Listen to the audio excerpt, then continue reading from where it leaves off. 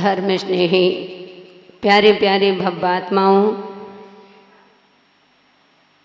आचार्य कुंद कुंद स्वामी अपने रेण सार ग्रंथ में श्रावक के लिए दान और पूजा का महत्व बतला रहे हैं। हमारा विषय चल रहा है, अगर आप श्रावक हो तो प्रतिदिन पूजा करो। आचार्य महाराज कह रहे हैं प्रतिदिन सुपात्रों को दान दो, तभी आपकी आत्मा कुंदन बन सकती है, तभी आपका जीवन पावन और पवित्र बन सकता है। तो बंधुओं, कल हमारी चर्चा चल रही थी कि जब वह श्रावक भगवान की भक्ति करता है, भगवान की आराधना करने के लिए तैयार होता है, वह अष्ट द्रव्य से पूजन करता है। वो पूजन के बाद एक नियम लेता है, लास्ट में शांति विसर्जन करते हैं, शांति पाठ पढ़ते हैं। जीवन में शांति पाने के लिए भगवान के सामने वह श्रावक 7 वचन को लेकर के जाता है, क्योंकि पहले जब प्रारंभ करते हैं, फिर लास्ट में जब हम उसका विसर्जन करते हैं तो कहते हैं कि हमें 7 वचन लेकर के जाते हैं। और वह भी भगवान के सामने जिन वाणी हाथ में है, हम पूजन करते हुए भगवान से क्या कह के जाते हैं। कल कौन कौन से बताए थे हमने, कौन से? सबसे पहले शास्त्राभ्यासो, कि हे भगवान मैं शास्त्र का स्वाध्याय करूंगा, शास्त्रों का अभ्यास करूंगा। अब आपको स्वयं अपने आप में अपनी पिक्चर घुमाना है कि क्या हम यह नियम लेकर के गए थे, हम स्वाध्याय करते हैं क्या? घर में कितने लोग हैं जो यहाँ पूजन करके और घर में जाकर के आप 24 घंटे में कितने बार आप घर में शास्त्रों का अभ्यास करते हो? सच बताना, करते हो? नहीं, बहुत सारे लोग हैं करते भी होंगे, लेकिन बहुमत किसकी है? लो, आपने ही बता दिया। यानी स्वाध्याय, बंधुओं, स्वाध्याय से हमारा जीवन बहुत ऊंचाइयों पर जाता है। स्वाध्याय के लिए आचार्य महाराज ने कह दिया, अंतरंग तप कह दिया।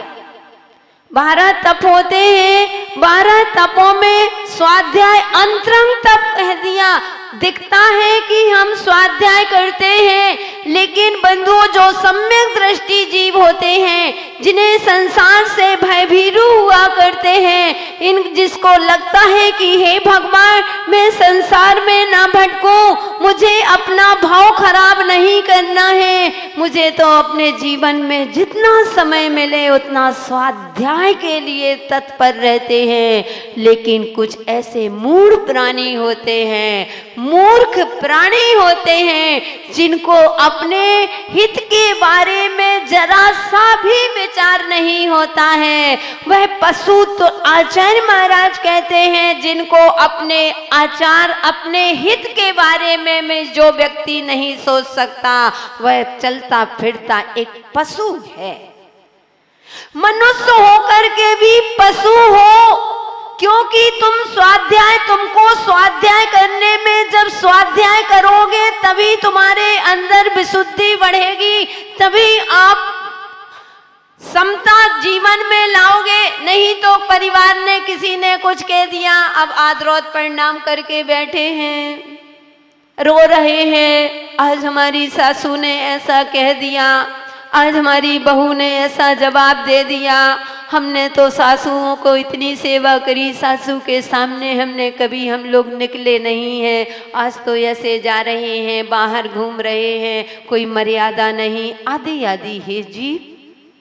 उनके लिए भाव बिगाड़ते हो, भाव अपना बिगड़ना है, इसलिए कौन बिगाड़ता है? जिनके अंदर स्वाध्याय नहीं होता है, जो मिथ्या दृष्टि जीव होते हैं, वे कभी स्वाध्याय नहीं करते हैं। कहते हैं पहचान है कि सम्यक मिथ्या दृष्टि जीव को जिनवाणी न सुहाए, के ऊंगे के लड़ पड़े के उठ घर को जा। ये पहचान है, तुमको परिचय करा रहे हैं कि परिचय करो, कहीं हम मिथ्या दृष्टि तो नहीं है, हमें जिनवाणी नहीं सुहा रही है, जिनवाणी लेने के हमारे भाव नहीं आ रहे हैं, या तो लड़ेंगे जिनवाणी नहीं सुहाएगी या फिर सोएंगे। एक किसका घोर मिथ्या दृष्टि, अभव्य मिथ्या दृष्टि का लक्षण है कि उसको नींद में नींद आ रही, उसको जिनवाणी नहीं सुहा सकती। वो दूसरा कहता है भैया स्वाध्याय करो, थोड़ा सा चिंतन किया करो, स्वाध्याय करोगा तो वह व्यक्ति मिथ्या दृष्टि व्यक्ति वह दूसरों से लड़ पड़ेगा या फिर जाकर के सो जाएगा। सभा में बैठे हैं, नींद आ रही, क्या बस सो रहे हो? नहीं माता जी, फिर झड़कने। एक बार सभा में ऐसे ही हुआ, प्रवचन चल रहा था, सामने बैठे और इतना अच्छा प्रवचन चल रहा। मेरे प्रवचन में तो वैसे ही मैं किसी को नहीं सोने देती हूँ, सोते हैं क्या? नहीं। तो बंधु वह सो रहे थे, अब उपयोग बार बार बदल जाए, किसी को सोते हुए देख लो तो उपयोग तो बदलता है, हम वहां नजर ही नहीं जाती, जहां तुम बता रहे हो वहां मेरी नजर नहीं जा रही है। तो मैंने कहा बस सो रहे हो? कहते नहीं गुरु माँ। फिर प्रवचन शुरू हो गया, फिर सोने लगे। मैंने कहा बस सो रहे हो? फिर कहे नहीं गुरु माँ। 3 बार पूछा, 4 बार पूछा, 1 घंटे के अंदर 4 बार पूछ लिया। कहते नहीं गुरु माँ। मैंने फिर पूछा बस जाग रहे हो? बोले नहीं गुरु माँ।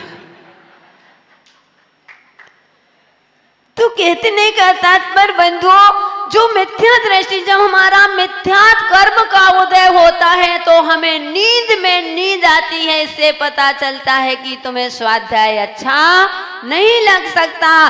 तो स्वाध्याय जो मिथ्या दृष्टि होते हैं वे संकल्प विकल्प करते हैं, आत्मरोध परिणाम करते हैं, बदला लेने की भावना रखते हैं। और जो सम्यक दृष्टि होते हैं, जिनके पास स्वाध्याय होता है, वह चिंतन करते हैं। अगर सास ने तुम्हें 2 शब्द कहे तो वह चिंतन करती है, कोई बात नहीं, हमने पूर्व में इनके साथ ऐसे कहा होगा, तभी तो इन्होंने हमसे कहा।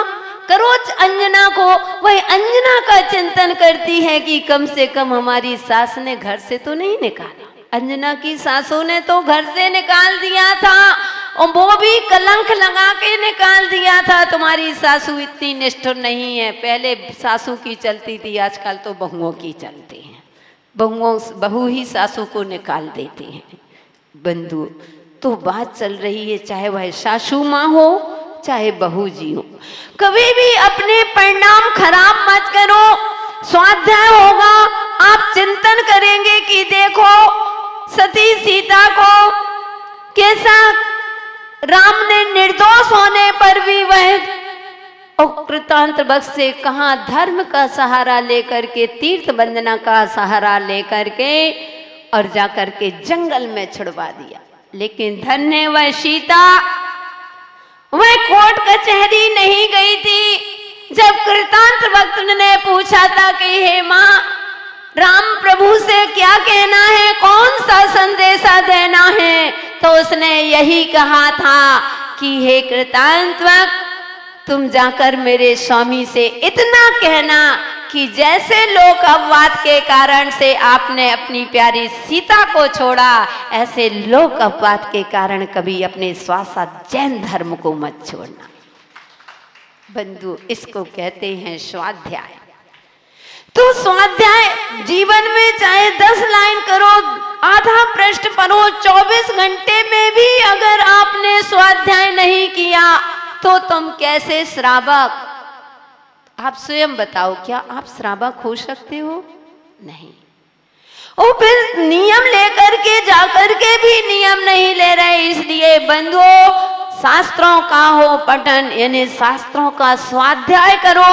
हमेशा शास्त्रों का जब भी समय मिले, जब टीवी में मत बैठो, टीवी खोल करके मत बैठो, मोबाइल लेकर के मत बैठो, नेट मत देखो। अगर देखना है 10 मिनट के लिए भी समय मिलता है, इतना नियम ले लो, सोने से पहले 10 मिनट 5 मिनट स्वाध्याय जरूर करें तो श्रावक कहलाओगे। इसलिए स्वाध्याय शास्त्रों का स्वाध्याय दूसरा कहा था सत संतों की संगति की। हे भगवान, मुझे साधु संतों की संगति मिलती रहे। ध्यान रखना बंधुओं, जो साधु संतों की संगति नहीं करते हैं वह कभी संतोषी प्राणी नहीं बन पाते हैं। साधु संतों की संगति का इतना असर पड़ता है कि भले ही तुम संत ना बनो लेकिन संतोषी जरूर बन जाते हो, इस संतों की संगति का प्रभाव। इसलिए कभी भी हो, जो भी कोई धर्मात्मा पुरुष हैं उनके पास बैठो। आपका प्रश्न हो सकता है, माता जी हमारे इस देश में तो वैसे साधु नहीं आते हैं, हर समय तो होती नहीं है। नहीं आते, हम मानते हैं, लेकिन कोई धर्मात्मा पुरुष है जो स्वाध्याय प्रेमी है, जिनके विचार आचार अच्छे होते हैं, उनके पास भी उनकी संगति करो। क्योंकि साधु संतों की संगति उस सेंट की दुकान की तरह होती है। भले ही तुम सेंट ना खरीदो, लेकिन जब तक साधु की संगति में बैठे हो, उस सेंट की दुकान पर बैठे हो, सेंट नहीं खरीद रहे, फिर भी सेंट की खुशबू तुमको आएगी ही आएगी। ऐसे ही भव्यात्माओं, जब तक तुम साधु संतों की संगति में बैठे हो, जब तक तुम्हारे भले ही महाराज बनो ना बनो, लेकिन जब तुम्हारे परिणाम निर्मल तो होते ही होते कि नहीं होते। जब साधु संत, क्योंकि जब आप मंदिर में बैठते हो, जब आपके विचार और हुआ करते हैं, साधु संतों के पास बैठते हो आपके भाव और होते हैं, और जब आप टीवी में बैठते हो तो उसके भाव अलग होते हैं, जब आप दुकान में बैठते हो तो उसके भाव अलग होते हैं, अपने परिणाम अलग होते हैं। इसलिए साधु संतों की संगति हमेशा करना चाहिए। जितना भी बने, एक क्षण के लिए भी अगर हमें साधु संतों की संगति मिल जाती है तो एक क्षण में भी हमारे जीवन में नई दिशा का बोध करा देता है। इसलिए बंधुओं, कभी भी हुए तो संसार है, घर गृहस्थी में फंसे हो, दुकान चले जाना है, समय नहीं मिलना, दिन भर खूब कमा करके रखते जाना, खूब सोचते जाना, खूब बेटों के लिए, सारी जिंदगी बेटों के लिए, अपनी लाइफ जिंदगी के बेटों की खुशी में लगा देना। लेकिन ध्यान रखना जीव, शादी के बाद वही बेटा कहेगा कि my wife my is life, कि मेरी पत्नी है, मेरी पत्नी ही मेरी जिंदगी है और कोई तुम्हारा नहीं है। इसलिए थोड़ा सा अपने लिए कर जाना, ये अभी मौका है, ये मौका आपने खो दिया, यह दोबारा मिलने वाला नहीं है। इसलिए आई हुई नदी पर, बहती हुई सरिता पर अगर आपने हाथ नहीं धोए तो बंधुओं कौन सी जगह है जहां हाथ धोने जाओगे। इसलिए पापों का प्रक्षालन कर लेना, साधु संतों की हमेशा संगति में जाना, बुरी संगति में मत जाना। क्योंकि बंधुओं आजकल साधु संतों की संगति के लिए कहा जाता है, जाओ महाराज के दर्शन कराओ, जाओ गुरु माँ विराजमान है दर्शन कर आओ। अरे हमारे पास समय नहीं है। वो बुरी चीजों के लिए कहना नहीं पड़ता है, आप हमेशा दौड़ करके जाते हो। कितनी बार हमने कहा कि जहाँ कुसंगति होती है, जहाँ खराब लोग होते हैं, वे हॉल हमेशा भरे हुए मिलते हैं। और जहाँ तुम्हारा जीवन बनना है, जहाँ तुम्हारा जीवन तीर्थ बनना है, वह हॉल खाली डले होते हैं। और जहाँ तुम्हारा जीवन तमाशा बनना है, वह हॉल हमेशा भरे हुए मिलते हैं। एक पिक्चर हॉल होते हैं, वह हमेशा भरे हुए मिलते हैं, और मंदिर के हॉल हमेशा खाली ही डले रहते हैं। मैं यहाँ की बात नहीं कर रही, यहाँ तो भरा है। देखो कितने खुश हो जाते गुवाहाटी वालों की। ओम जी इनकी प्रशंसा कर दो, महिलाओं के चेहरे में बड़ी जल्दी खुशी आ जाती। तो बंधुओं, हम अपने ही हाथों से अपने जीवन का तमाशा बनाते हैं।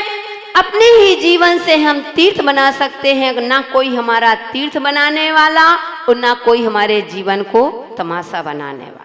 इसलिए आप ही अपने जीवन को चाहे तो तमाशा बनाओ और चाहे तो तीर्थ बनाओ। अनादि काल से बंधु इस जीव ने अपने जीवन को, इस जीव को तमाशा ही बनाया है। अगर एक बार तीर्थ बना लेते तो आज हम सभी यहाँ नहीं सिद्धालय में बैठे होते। इसलिए बंधु हमेशा साधु संतों की संगति करो। तीसरा कहा कि सद्गुणों का गुणगान करो। जो गुणी जनों को देख हृदय में मेरे प्रेम उमड़ावे। मेरी भावना पढ़ते हो कि हमेशा जो भी तुम्हें किसी के गुण दिखाई दे तो बंधुओं अपने आप को केंद्र कर लेना। अपने आप को जो मिथ्या दृष्टि होते हैं, गुणों को दूर कर देते हैं, अब गुण को देखते हैं। और सम्यक दृष्टि होते हैं, वह पानी को अलग करके हंस जैसी उनकी दृष्टि होती है। हंस होता है पानी को अलग कर देता है और दूध को ग्रहण कर। इसलिए सम्यक दृष्टि बनो। वही आचार्य महाराज अभी तुम्हारे लिए ठोक ठोक करके समझा, बार बार वही बात को समझा रहे हैं कि हे जीव तुम सम्यक दृष्टि बन जाओ। और सम्यक दृष्टि जीव बन जाओगे तो गुणों के दूसरों की प्रशंसा करो। जितनी तुम दूसरों की प्रशंसा करोगे उतनी ही आपकी ज्ञान की ज्योति जलेगी, उतने ही आपके अंदर गुण आएंगे, आपका विकास होगा। कुछ नहीं कर सकते हो, कोई अच्छा है परिवार में, देखो हमारे पिताजी कितना मेहनत करते हैं।